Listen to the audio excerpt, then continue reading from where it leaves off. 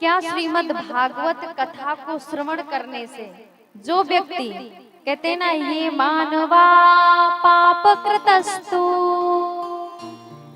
सर्वदा सदा दुराचाररता विमार्गगा क्रोधाद्यक्था कुटिलास्यकामिना सप्ताह यज्ञेन कलो पुनन्ति ते। नारद जी, जो जीवन भर क्रोधाद्यक्था कुटिलास्यकामिना, जो कुटिल रहा, खल रहा, कामी रहा, सदा क्रोध रूपी अग्नि में जलता रहा और जीवन पर्यंत उसने पाप किया हो और फिर उसकी मृत्यु हो जाए, मृत्यु होने के बाद वो प्रेत योनि में चला जाए, प्रेत योनि में जाने के बाद अगर उसके निमित्त भी हम श्रीमद् भागवत कथा को श्रवण कराएं, उसको श्रवण कराएं, तो क्या वो तर सकता है? क्या उसकी मुक्ति हो सकती है? नारद जी ने कहा हाँ हाँ हाँ बिल्कुल, इसमें कोई दो राह नहीं है। नारद जी ने कहने लगे, नारद जी की मैं ना आपको एक दृष्टांत बताता हूँ। सनकादिक ऋषि कहने लगे, हमारे हृदय में इच्छा भी है सुनने की, हम श्रवण भी करना चाहते हैं। क्यों? क्योंकि हम जानना चाहते हैं कि श्रीमद् भागवत कथा को श्रवण करने से कैसे कैसे प्रेमी, कैसे कैसे लोग मुक्ति को प्राप्त करते हैं। नारद जी कहने लगे, तुंगभद्रा तटे पूर्व मभूत पत्तन मुत्तमम् यत् वर्णा स्वधर्मेण सत्य सत्कर्म तत्परा। नारद जी कहते हैं, तुंगभद्रा नदी तट के किनारे एक ब्राह्मण देवता रहते थे जिनका नाम था आत्मदेव।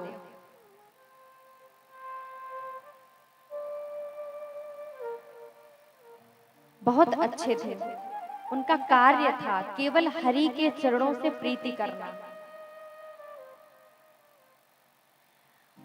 कर्मकांड के विद्वान थे, कर्मकांड करके अपने जीवन को यापन करते थे और उस क्षेत्र में जितने भी व्यक्ति रहते थे सभी धर्मी पुरुष निवास करते थे। उस नगर में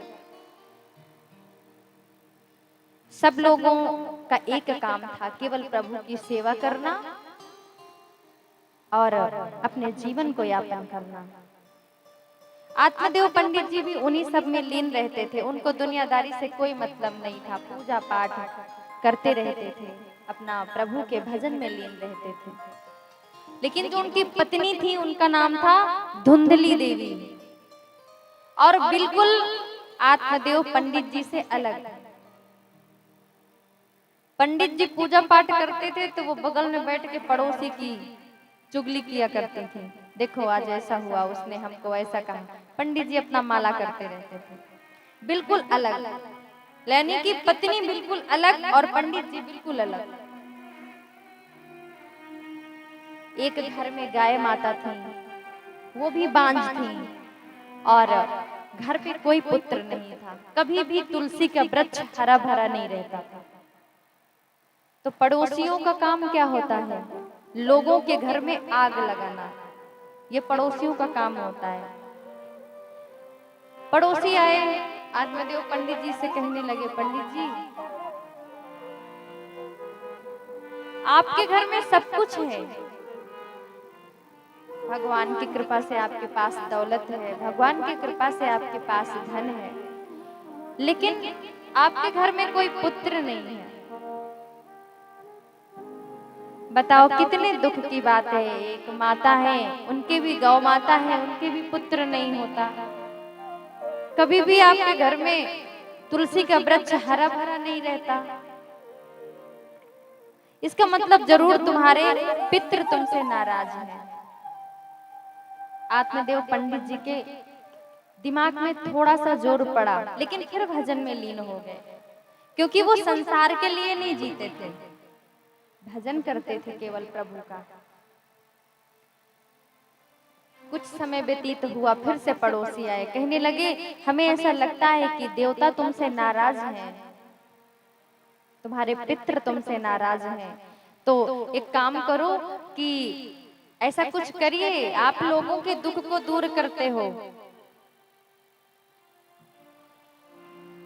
लेकिन अपने लिए भी कभी कुछ कर लो। पंडित जी सोचने लगे, बात तो सही कह रहा है। पंडित जी ने छोड़ दिया घर को, त्याग दिया घर को और चले गए वन को, जंगल को निकल गए। जंगल में निकल करके रोते रोते उनको 1 दिन व्यतीत हो गया, 2 दिन व्यतीत हो गया, पंडित जी को रोते रोते 3 दिन व्यतीत हो गए। जब 3 दिन व्यतीत हो गए, एक संत भगवान वहां से गुजर रहे थे। संत भगवान ने देखा कि पता नहीं क्यों ये व्यक्ति इतने दिन से रो रहा है, मैं नित्य देखता हूँ, देख के चला जाता हूँ, लेकिन आज इसके पास जाकर के इसकी समस्या को पूछता हूँ। गए, जाकर के पूछते हैं, कहते हैं कि एक बात बताओ, कथम रोदिसि विप्र काते चिंता बलियसि वदत्वं सत्वरं मह्यं का दुःखस्य कारणम्। कहते हैं हे विप्र देवता, आपको दिक्कत क्या है? काते चिंता बलियसी, ऐसी कौन सी चिंता में तुम डूबे हो? ऐसी कौन सी तुम्हारे पास परेशानी है जिसकी वजह से तुम इतना परेशान हो कि सिर्फ रोए जा रहे हो? मैं आज इतने दिनों से तुम्हें देख रहा हूँ, दिक्कत क्या है, परेशानी क्या है? अपनी समस्या को हमारे सामने व्यक्त करो। जैसे ही सुना, आत्मदेव पंडित जी दोनों हाथों को जोड़ करके उन देवता भगवान जो ब्रह्म देवता थे उनके चरणों में पड़ गए और बोलने लगे कि हमको कोई परेशानी नहीं है, लेकिन हमारे घर में कोई पुत्र नहीं है। मैं पुत्र की वजह से बहुत परेशान हूँ और मुझे पुत्र चाहिए। कहने लगे संत देवता, देखो पुत्र से कोई सुखी नहीं रहा है। महाराज सगर के 60,000 पुत्र थे, कोई बचा दीपक जलाने वाला? कोई नहीं बचा। महाराज अंग के एक पुत्र हुआ, लेकिन फिर भी उसकी भी मृत्यु हुई, करना पड़ा। तो ये संसार है, यहाँ पुत्र से सुख नहीं है, यहाँ लाडली लाल के चरणों में अविरल प्रीति से सुख है। आप उनसे प्रेम करिए ना, उनको बनाइए ना अपना पुत्र, लाडली लाल को बनाइए अपना पुत्र, अपनी पुत्री। बहुत समझाया संत देवता को, लेकिन उनके समझ में नहीं आया। एक ही बात पे अड़े रहे, क्या? हमें पुत्र चाहिए, हमें पुत्र चाहिए। संत देवता कहते हैं कि देखो पुत्र से कुछ नहीं होता है। बहुत समझाया, कोई तन दुखी कोई मन दुखी, कोई तन दुखी कोई मन दुखी, कोई धन बिन रहत उदास, थोड़े थोड़े सब दुखी,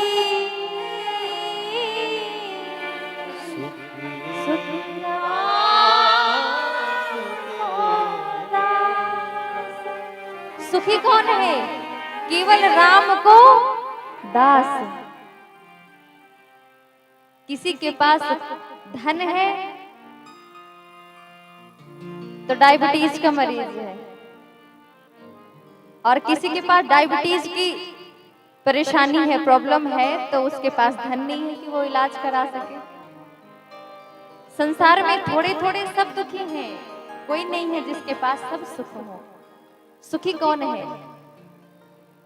केवल राम को दास, जिसने अपने प्रभु को अपना स्वामी मान करके अपने जीवन को व्यतीत करना स्टार्ट कर दिया हो ना, केवल वही सुखी है। बहुत समझाया लेकिन समझ में नहीं आया आत्मदेव पंडित जी को। जब आत्मदेव पंडित जी को नहीं आया समझ में, आत्मदेव पंडित जी की बात से थोड़े से परेशान हुए संत देवता। देखिए चलो देखता हूँ इसके जीवन में पुत्र है भी या नहीं है। तो कहने लगे देखते एक जन्म की बात करते हो तुम, तेरे 7 जन्मों तक कोई पुत्र नहीं है। अब तो आत्मदेव पंडित जी ने चरणों को ही पकड़ लिया, जो हमें ये बता सकता है कि हमारे 7 जन्मों तक कोई पुत्र नहीं है, वो हमें पुत्र भी दे सकता है। अगर पुत्र नहीं दिया तो आपके चरणों में ही अपने जीवन को समाप्त कर दूंगा। संत देवता बड़े परेशान हुए, एक फल को दिया। जब फल को दिया बोले एक काम करना,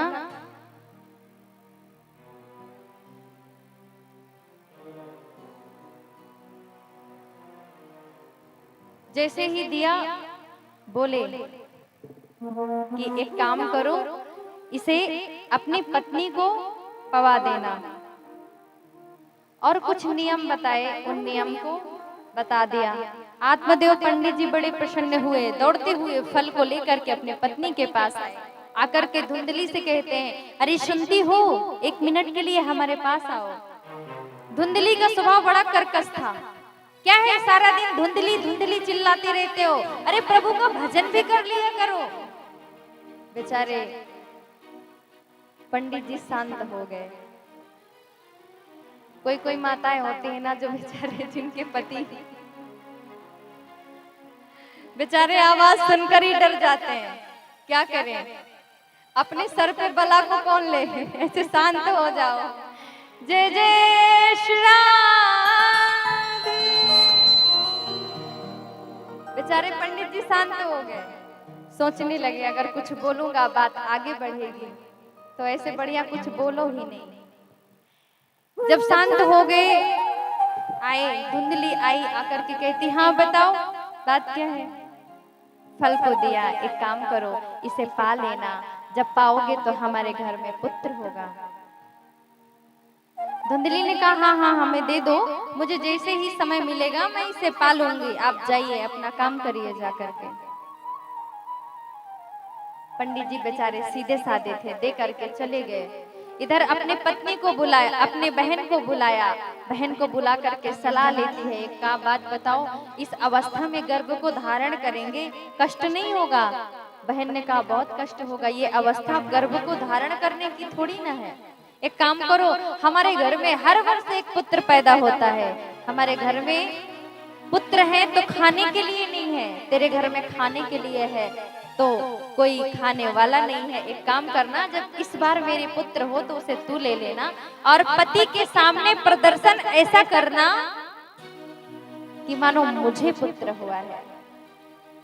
बहन की सलाह से संतुष्ट हो गई धुंधली। दोनों बहनों ने मिलकर के उस फल को गाय माता को खिला दिया। इधर धुंधली ने आत्मदेव के सामने ऐसा प्रदर्शन किया कि मानो 9 माह के बाद उसी को पुत्र हुआ है।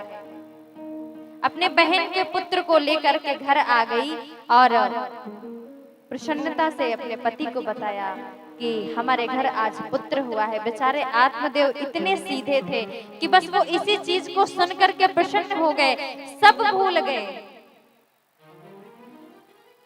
इधर गौ माता ने भी जो फल पाया था, उससे गौ माता को एक पुत्र प्राप्त हुआ, जिसका समस्त शरीर तो मनुष्य का था, लेकिन जो कान थे वो गाय के समान थे। नाम पड़ा गौकर्ण। गौकर्ण यानी कि जिनकी प्रत्येक इंद्री कर्ण पुटों में सम्मिलित होकर हृदय को हरि के चरणों में समर्पण कर चुका हो, वो है गौकर्ण। यानी कि अपनी प्रत्येक इंद्री को कंट्रोल में करना। इधर पंडित जी ने अपने पुत्र का नाम रखना चाहा परमात्मा देव, लेकिन धुंधली कहती है पुत्र मैंने पैदा किया है तो नाम होगा धुंधकारी। समय व्यतीत हो गया, दोनों पुत्र बढ़ने लगे। इधर गौकर्ण महाराज जी भी बढ़ने लगे, इधर धुंधकारी भी बड़ा होने लगा। संसार की ऐसी कोई भी बुराई नहीं थी जो कि धुंधकारी के अंदर ना सम्मिलित हो। ऐसी कोई भी बुराई नहीं थी। सारी बुराइयां संसार की उस धुंधकारी में सम्मिलित थी। और जो गौकर्ण थे, जो गौकर्ण जी महाराज थे, केवल प्रभु का सुमिरन करना, प्रभु का चिंतन करना, हर समय प्रभु के नाम का स्मरण करना, उनके जीवन का ये काम था।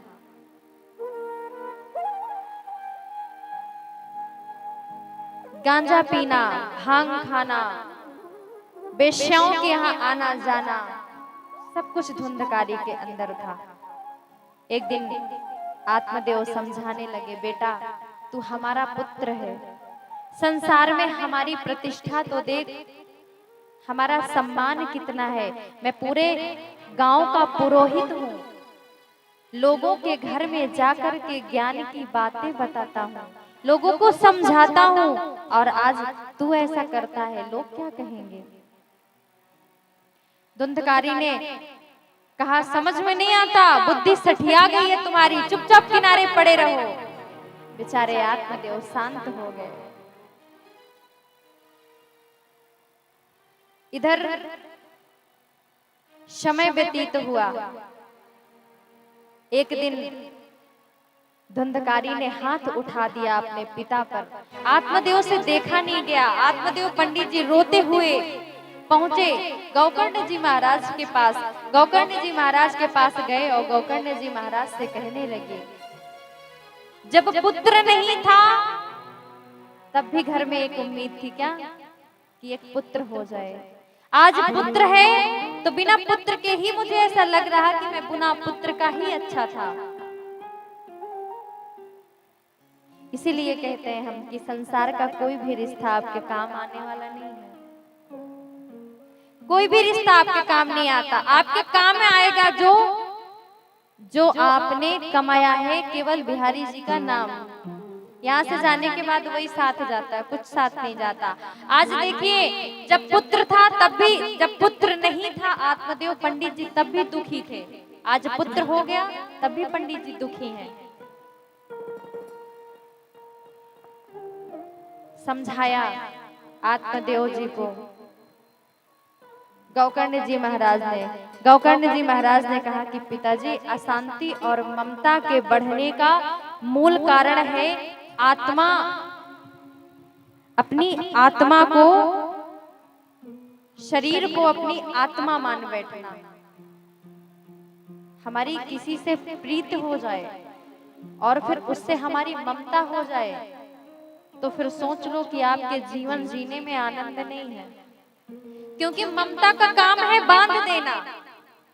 किसी से ममता करोगे तो फिर आप खुश नहीं रह पाओगे, उसी के प्रति सोचते रहोगे, और जब वो आपको छोड़ करके चला जाएगा तो आपके जीवन जीने में कोई आनंद नहीं रह जाएगा, कोई नहीं। बहुत समझाया, जब बहुत समझाया गौकर्ण जी महाराज जी ने अपने पिताजी को, समझ में आ गया कि संसार में कुछ नहीं है, और जंगल में जाकर के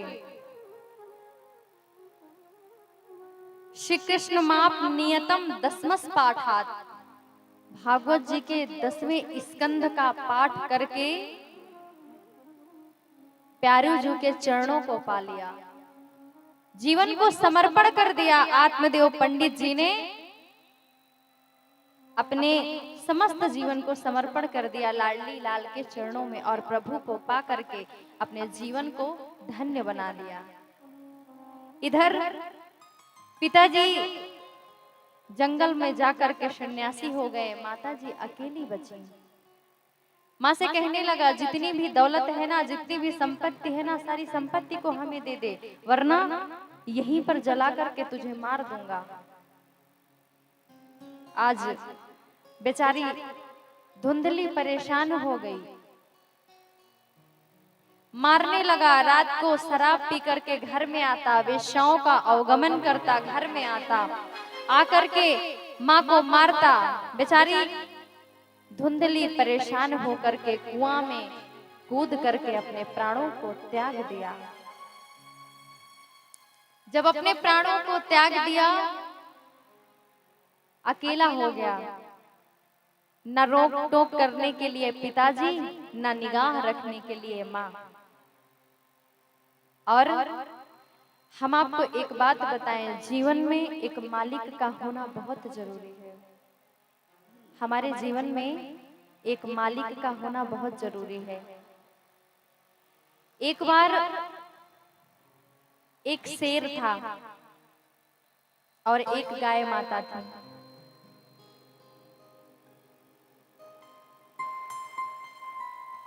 शेर ने क्या किया कि माता का पीछा करना शुरू कर दिया। माता जंगल में घास खा रही थी, काफी दूर जंगल में, घने जंगल में निकल गई घास को चरते चरते।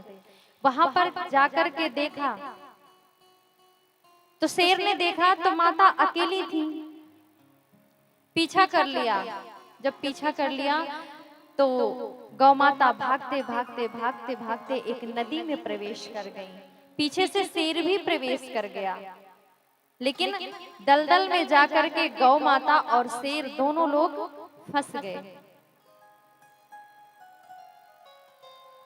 जब दोनों लोग फंस गए तो शेर घबराने लगा कि अब हमें बचाएगा कौन, अब हमारे जीवन की रक्षा कौन करेगा। लेकिन वहीं पर खड़ी हुई माता, जो गौ माता थी, वो मुस्कुरा रही थी।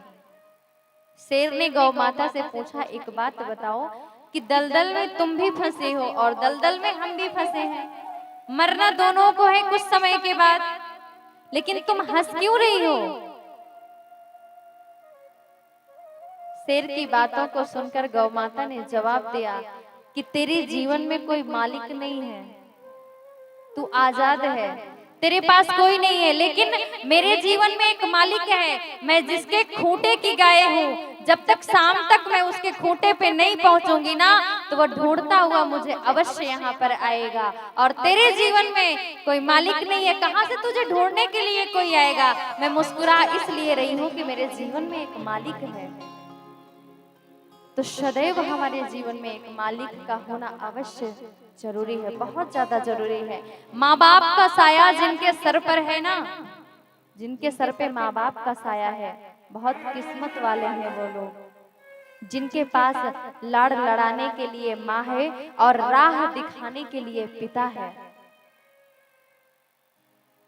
कभी भी उनके समझाने पर, कभी भी उनके बताने पर कि ये गलत है, ये सही है, इस पे बच्चों को नाराज नहीं होना चाहिए, क्योंकि जब वो नहीं होंगे तो बताएगा कौन। और जब तक पिता होता है ना, तब तक बच्चे के अंदर ना एक जुनून होता है। जानते हो क्या कि अगर कहीं भी हम कुछ करके आए ना, तो अभी है मेरा पिता जो मुझे संभाल लेगा।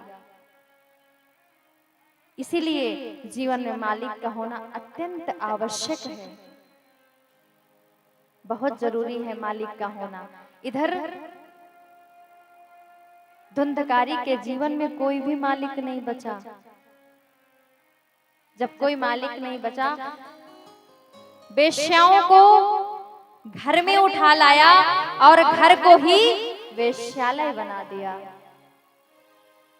जब घर को वेश्यालय बना दिया तो वेश्या किस चीज की, वेश्याओं तो केवल पैसों की होती है ना। जब तक आपके पास दौलत है तब तक आपके पास पिंगला है, जब तक वो नहीं तब तक काम खत्म।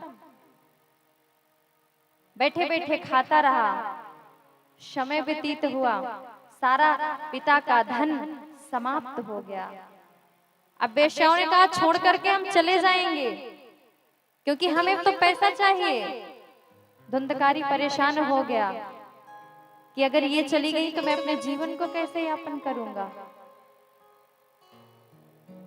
जब ऐसा हुआ, मन में विचार किया, कहता है रुको, जाने की आवश्यकता नहीं है, अपने नगर के राजा के यहाँ जाकर के चोरी करके धन को ले आया। अब वेश्याओं को पता चला कि राजा के यहाँ चोरी किया है, रात्रि में बुलाती हैं, मदिरा पान करवाया और मुंह में आग के अंगारों को, कोयले के अंगारों को डाल करके धुंधकारी के जीवन को समाप्त कर दिया वेश्याओं ने। जब धुंधकारी के जीवन को समाप्त कर दिया तो धुंधकारी प्रेत योनि में चला गया। जब प्रेत योनि में चला गया, मुक्ति नहीं मिली। इधर समय व्यतीत हुआ, गोकर्ण जी महाराज को पता चला, गया जी गए, गया जी में जाकर के श्राद्ध करवाया, उनके नाम का पितृ तर्पण करवाया, लेकिन फिर भी धुंधकारी की मुक्ति नहीं हुई। जब मुक्ति नहीं हुई, और मैं आपको एक बात बताऊं, जो प्रेत योनि में चले जाते हैं ना, फिर गया जी में श्राद्ध करवाने के बाद भी उनकी मुक्ति नहीं होती। जब तक उनके निमित्त श्रीमद् भागवत कथा का आयोजन नहीं किया जाता है, तब तक उनकी मुक्ति नहीं होती। जब तक उनके नाम से आप श्रीमद् भागवत कथा का अनुष्ठान करवा के, मूल पाठ करवा के, अपने घर में विधि विधान से पूजा हवन नहीं करवाएंगे, तब तक उनकी मुक्ति नहीं होती। और दूसरा, जिस व्यक्ति को सर्प डसता है ना, सर्प, उसे सर्प डसने के बाद जिस व्यक्ति की मृत्यु हो जाती है, मृत्यु होने के बाद वो व्यक्ति कभी भी मुक्ति नहीं पाता। जिस व्यक्ति को सर्प डसता है और वो मृत्यु को प्राप्त हो जाए, वो जीवन पर्यंत मुक्ति नहीं पाता, सदैव उसकी आत्मा भटकती है। आज धुंधकारी की आत्मा भटकने लगी, क्योंकि जीवन पर्यंत पाप किया था, कभी प्रभु के नाम को जाना नहीं, कभी प्रभु के नाम को सुमिरा नहीं, पाप करते करते मृत्यु को प्राप्त हो गया। मृत्यु को प्राप्त होने के बाद प्रेत योनि में गया। गोकर्ण जी महाराज को पता चला, गया जी में श्राद्ध किए, सोचे आज अपने रात्रि को अपने घर में निवास करेंगे और रह करके वहां पर कुछ दिन व्यतीत करेंगे। इधर घर को आए तो घर में आने के बाद कहते हैं ना, या निशा सर्वभूतानां, या निशा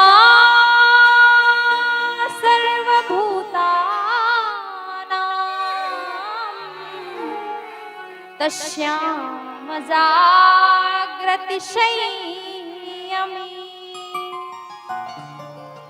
जो भजन करते हैं ना, जो भजनानंदी होते हैं, वो रात्रि को सोते नहीं हैं, रात्रि को भजन करते हैं। या निशा सर्वभूतानां तस्याम जाग्रति संयमी। जो भजन करने वाला व्यक्ति होता है, जब सारा संसार सो जाता है ना, तो वो भजन करते हैं। गोकर्ण जी महाराज बहुत भजनानंदी थे, भजन बहुत करते थे। सारा संसार जब सो गया तो गोकर्ण जी महाराज भजन कर रहे थे, माला कर रहे थे। देखा एक आत्मा आती है, कभी बकरी का रूप धारण करके, कभी भैंसे का रूप धारण करके, कभी किसी का रूप धारण करके, सामने आके बार बार भटकती है। गोकर्ण जी महाराज ने देखा ये है कौन, जल उठाया, हाथ में जल को अभिमंत्रित किया, अभिमंत्रित करके उस आत्मा के ऊपर छोड़ दिया। वहीं पर वो आत्मा ठहर गई। पूछते हैं, भाई कौन हो, परेशान क्यों कर रहे हो? भजन कर रहा हूँ, भजन करने दो ना। तो भजन कर रहे हो ना ही करने दे रहे हो कौन? हाथ को जोड़ करके धुंधकारी खड़ा हो गया, कहता है, अहम भ्राता तुदीयोऽस्मि धुंधकारी इति नामता स्वकीयेनैव दोषेण ब्रह्मास्त्वं नासितं मया। कहता, अहम भ्राता तुदीयोऽस्मि, मैं आपका भाई धुंधकारी हूँ। मैंने अपने कर्मों के कारण अपने ब्राह्मणता को नष्ट करके मैं प्रेत योनि में चला गया। और जिसका भाई आपके जैसे विद्वान हो, आपके जैसे राधा नाम का धनवान हो,